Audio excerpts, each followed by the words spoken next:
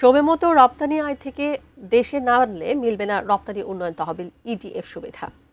IDF থেকে ঋণ পাওয়ার ক্ষেত্রে নতুন করে কড়াকড়ি আরোপ করেছে বাংলাদেশ ব্যাংক।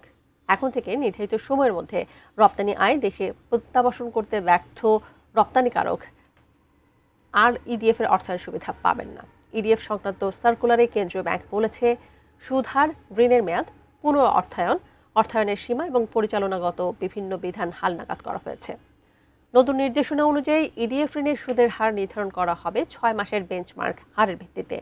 বাংলাদেশ ব্যাংক বাণিজ্যিক ব্যাংকগুলোকে বেঞ্চমার্ক হারের সঙ্গে অতিরিক্ত 0.50% সুদে এই তহবিল সরবরাহ করবে। আর বাণিজ্যিক ব্যাংকগুলো রপ্তানিকারকদের কাছ থেকে বেঞ্চমার্ক হারের সর্বোচ্চ 1.50% অতিরিক্ত সুদ আদায় করতে পারবে।